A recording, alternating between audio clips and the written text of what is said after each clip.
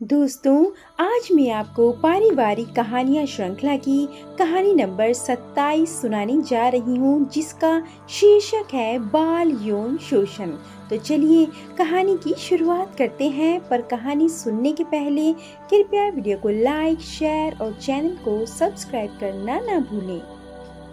मुंबई की एक विशाल बिल्डिंग के ड्राइंग रूम का नज़ारा किसी भी आम ड्राइंग रूम जैसा ही था। शाम के 8 बज चुके थे और कनिका किसी आम पत्नी की ही तरह टीवी पर डेयरी सोप देखते हुए अपने पति का इंतजार कर रही थी। तभी उसकी 9 साल की बेटी मिनी दौड़ती हुई आई और एक मैगजीन दिखाते हुए कहने लगी, मम्मा मम्मा मम्मा। कनिका ने उसकी तरफ बिल्कुल ध्यान ना देते हुए कहा, हाँ मिनी, बोलो क्या बात है। 5 मिनट मुझे डिस्टर्ब मत करना, मेरा सीरियल बस खत्म होने वाला है। मिनी ने भी माँ की बातों पर ध्यान ना देते हुए अपनी बात को आगे कहना शुरू किया। माँ, ये सेक्स एजुकेशन क्या होता है? इस बार कनिका बुरी तरह झेप गई। मिनी ने नया नया पढ़ना शुरू किया था। कनिका ने तुरंत मिनी के हाथ से वह मैगजीन छीन ली। किस तरह के बेहुदा सवाल पूछ रही हो? आगे से इस तरह की गंदी मैगजीन को हाथ मत लगाना, समझी? मिनी को डांटते हुए वो मन ही मन बड़बड़ाने लगी। पता नहीं आजकल हर जगह इस तरह की उलूल जुलूल बातें लिखी होती हैं।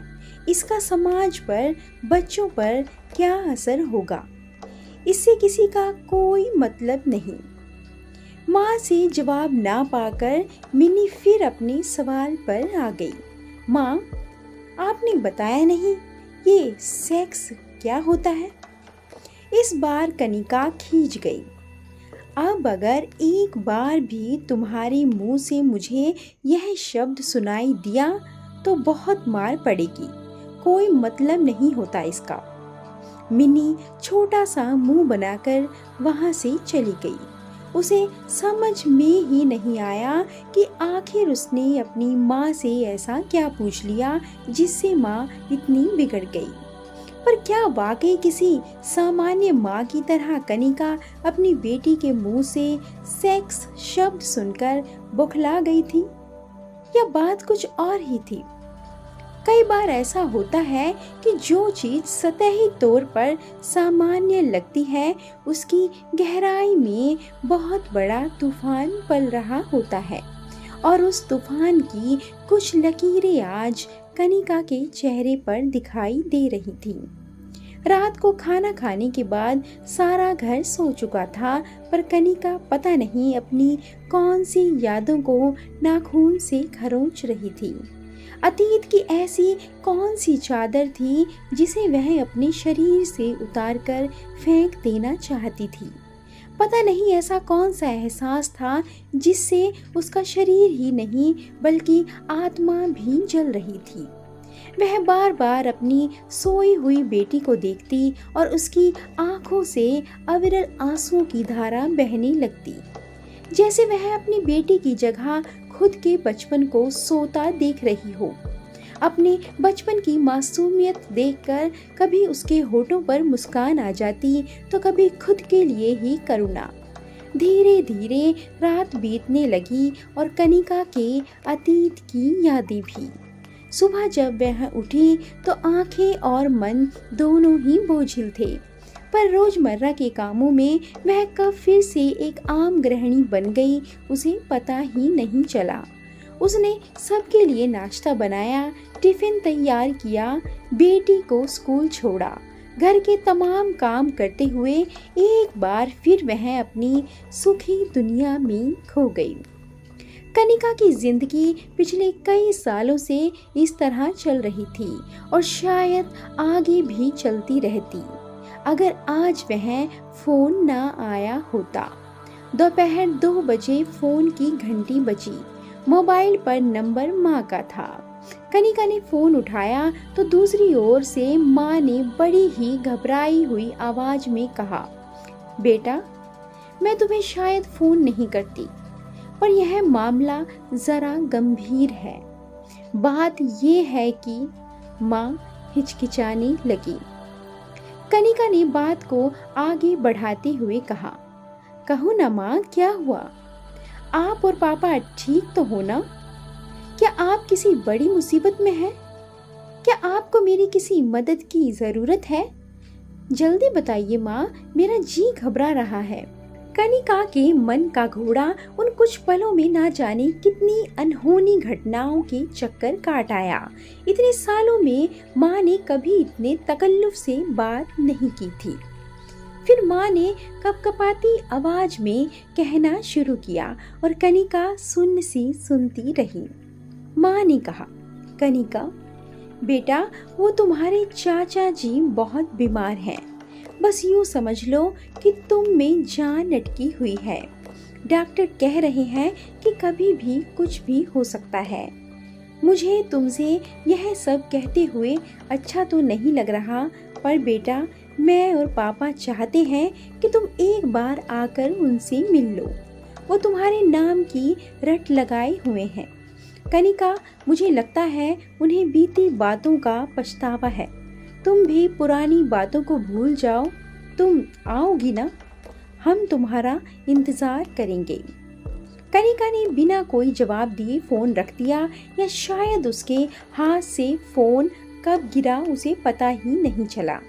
ठीक उसी तरह जिस तरह उसकी आंखों के सामने से उसका बचपन कब निकल गया उसे पता ही नहीं चला। कितना दर्द भरा था, कितना सहमा सहमा था उसका बचपन। फ़ोन रखकर कनिका हॉल में गई, जहां उसकी बेटी पैर फैलाकर टीवी देख रही थी। कनिका ने उससे कहा, मिनी ठीक से बैठो, इस तरह फैल कर मत बैठो। मिनी ने बड़ी ही मासूमियत से कहा, माँ मैं फैल कर क्यों नहीं बैठूं? कनिका ने उतनी ही बेरुखी से कहा, क्योंकि ऐसे नहीं बैठा जाता है, क्योंकि यह तरीका नहीं है बैठने का, क्योंकि लड़कियां ऐसे नहीं बैठा करती। कनिका ने ऐसा कहते हुए बड़ी खींच से डाइनिंग टेबल पर रखा गिलास उठाया और उसमें पानी भरा ही था कि मिनी ने फिर से कहा, माँ पर लड़कियां ऐसे क्यों नहीं बैठती? अब कनिका का चेहरा गुस्से से लाल हो गया। शायद उसके गुस्से का यह लाल रंग उसके काले अतीत के कारण ही था, जिसके जख्म आज कुछ हरे हो गए थे।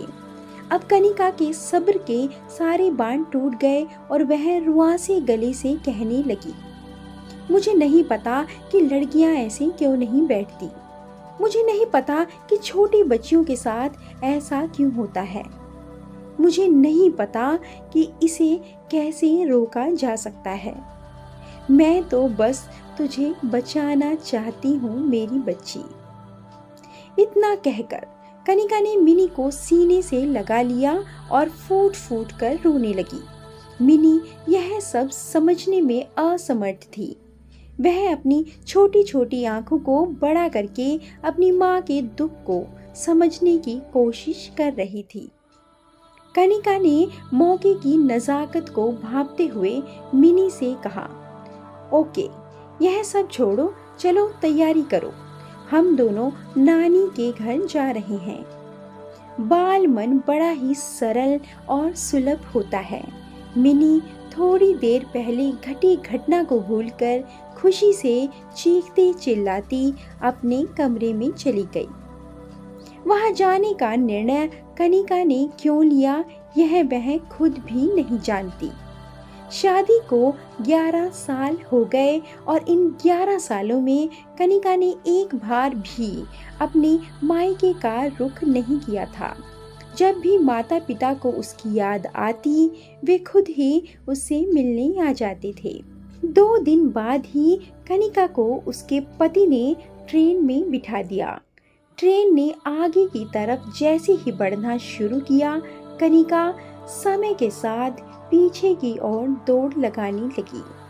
कनिका को अपने घर की वह चौखट याद आने लगी जिसके बाहर शाम 7 बजे के बाद लड़कियों का पैर रखना भी मना था। दादी अक्सर कहती, अंधेरा होने के बाद अच्छे घरों की लड़कियां बाहर नहीं जाती। पर क्यों नहीं जाती, ये ना कभी मैंने दादी से पूछा और ना ही कभी दादी ने बताया। दादी अंधेरे की जिस बुरी दुनिया से मुझे बचाना चाहती थी, उन्हें नहीं पता था कि वह दुनिया तो उस चौखट के अंदर ही बसती है। कनिका अपनी गोद में सोई हुई मिनी के बालों को सहला रही थी। वह अपने बरसों पुराने मवाद को किसी के सामने खुलकर रखना चाहती थी। फिर उसने अपने पर्स में से डायरी और पेन निकाली और इतने वर्षों की अपनी पीड़ा को स्याही के रंग में रंगना शुरू किया। चाचा जी, जिन्हें मैं अपने पापा से भी ज़्यादा प्यार करती थी, जिन्होंने मेरा जन्म, मेरा बचपन बहुत करीब से देखा था, मुझे हर जगह घुमाने, स्कूल छोड़ने वहीं आते थे, मुझे चॉकलेट दिलाते, रंग बिरंगे गुब्बारे भी दिलाते थे। मेरे बचपन के 6 साल उनके साथ बहुत अच्छे बीते। बस मेरी यादों में मेरा बचपन 6 साल का ही था। उसके बाद जो कुछ भी था वह किसी नर्क से कम नहीं था। दोस्तों, कहानी जारी रहेगी। कहानी के भाग 2 के लिए चैनल के साथ जुड़े रहें और कहानी अच्छी लगी हो तो कमेंट करके ज़रूर बताएं और वीडियो को लाइक, शेयर और चैनल को सब्सक्राइब करना ना भूलें। धन्यवाद।